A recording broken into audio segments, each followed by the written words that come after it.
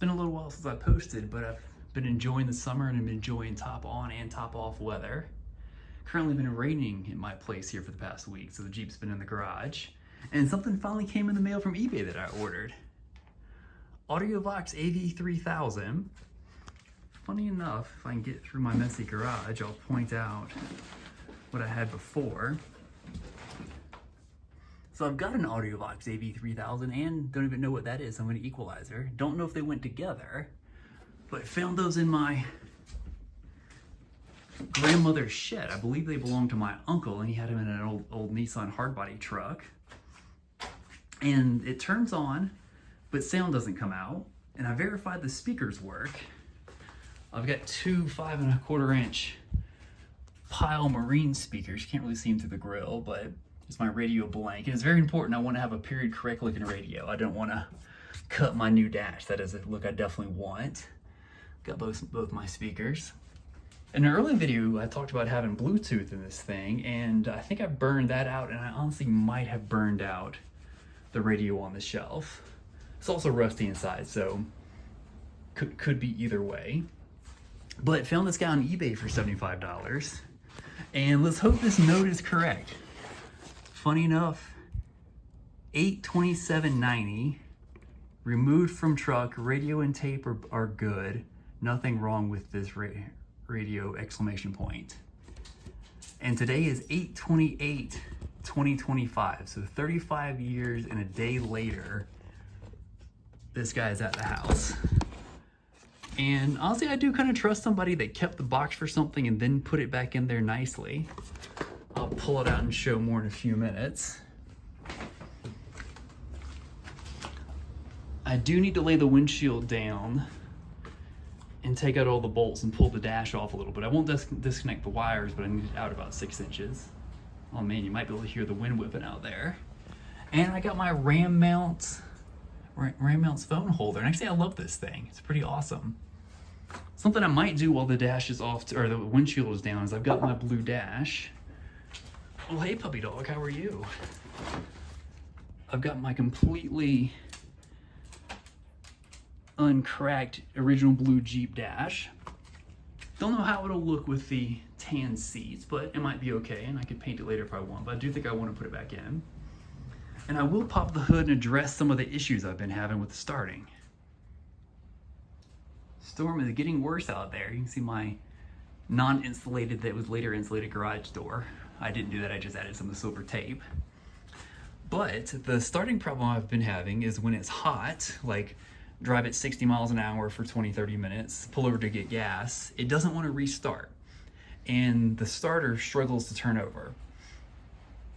So the things I've done, new DieHard Gold 800 cold cranking amp battery, new 2-gauge battery cables. And if you'll notice, hard to see down here, the negative actually goes straight to the starter now. And then I have the old 4-gauge, you probably can't see it down there, it jumps from the starter to the engine block. And I got a lot of good feedback from comments online. People were like, hey, my fuel filter's in the wrong place. Honestly, it probably is. So it could be vapor locking the fuel injection. People were saying the solenoid could be bad, which honestly it might be. Starter could be bad, might be. Got some interesting ones talking about the coolant temp sensor, which is right over there in the manifold, with hot coolant sitting in the manifold and telling the computer it's too hot and it won't start. Honestly, I didn't think about that. That's a good idea. So to test these, I had some buddies help me. So we went and got it hot, took it to a gas station, pulled over, topped up. Didn't want to restart, so we tried to bump start it. We pushed it and I jumped in, dropped it in second gear, fired right up, amazingly fired up. And now knowing that, I drove it to work recently. Took I-25 in South Denver, got up to about 50-60 miles an hour, it's about a 30-minute commute, and got home, came inside, grabbed a cup of water, changed, got my dog, and we tried to leave and it didn't want to start. But my driveway is at an incline, so I let it roll backwards about 15 feet, pop it in reverse, fired right up. So that eliminates a lot of the things that very well are legitimate, and I'm glad I know now, as far as coolant temp sensor and vapor lock in the fuel line, things like that, because it fires right up with a push start. So that narrows it down to, is something wrong with my solenoid? And is something wrong with my starter? And the starter itself is a newer aftermarket one, and it might be crap out of the box. So yeah, I'm gonna keep running as is. It starts well enough most of the time. If I give it 10 minutes to cool down, it's usually perfectly fine. It's the 2 to 3 minutes it doesn't like. So that's where that is. I wanted to document where I was on that, and I appreciate lots of comments I've gotten. Actually, people in the YouTube community show up, and it's pretty amazing. So yeah, let's get break stuff and let's get started on this radio. Okay, moment of truth. I've got the dash back on, but most of the bolts not in it. New radio's installed. Looks just like the old one, but a little bit cleaner, and the tape door works. If this thing works, I'm gonna have to buy some tape. This is gonna be awesome. Looks like I've got power because it's on the same circuit as this. Let's see if we get any static. Comes on. He was suspended and fined by the NFL, but Whoa. he continued to relapses, which the Colts allegedly tried to keep from the public out of concern that the NFL would force him to say. Well, look at there. I don't know if that's copyrighted or not. It's talk radio, so it might be okay for a few seconds. But holy crap, both speakers are working. And we're on. Next thing I'm going to try is see if I can get the FM modulator working. Okay, sit rep. The Jeep has a working radio. I am beyond stoked.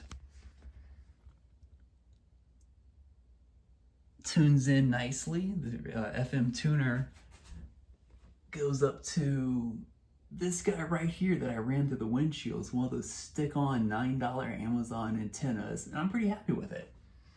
I mean, in fairness, I am in the city, so stations are pretty close, and they broadcast in high def out here, so pretty happy with that.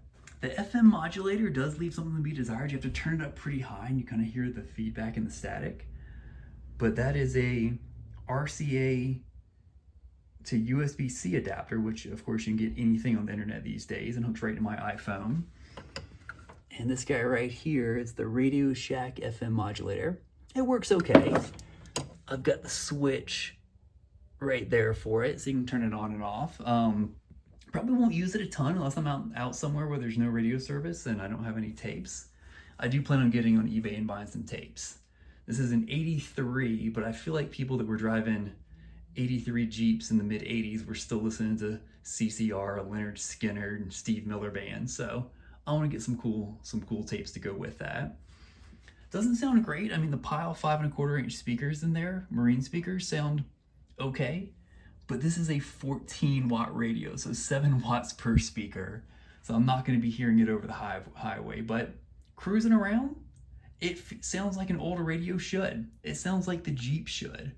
I seriously looked into spending $300 and getting I think it's the retro sound, Bluetooth, all the things, and it looks really nice and it probably sounds really good, but it's a Jeep. Even with all the nice things I've done, like the fuel injection, the new suspension, the new shocks and all that, it still feels like a Jeep. It still bumps and rattles. It's an experience, and this matches the experience. I mean, cheating right there with the digital dash for the Holley EFI, but this feels correct with the experience. 4-speed manual tape deck. It just feels right. Next thing will be to clean up these wires, zip tie everything under the dash, put the bolts back in for the dash itself, and I think I'm gonna put the dash pad on. My garage is such a mess, but they're just leaning up against the wall. I'll go get some stainless screws from the Home Depot, and I think I'm gonna pop it in.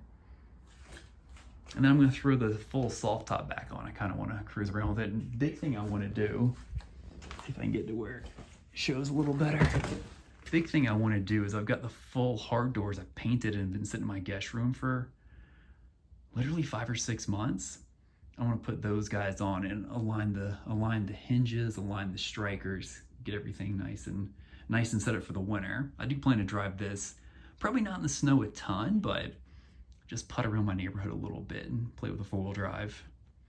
Next video coming up, I've been compiling my spreadsheet I kept on this, and I'm going to walk through some of the major systems I upgraded, what the seats cost, what the body cost, what a lot of the pieces actually cost, and I'll give you my running total.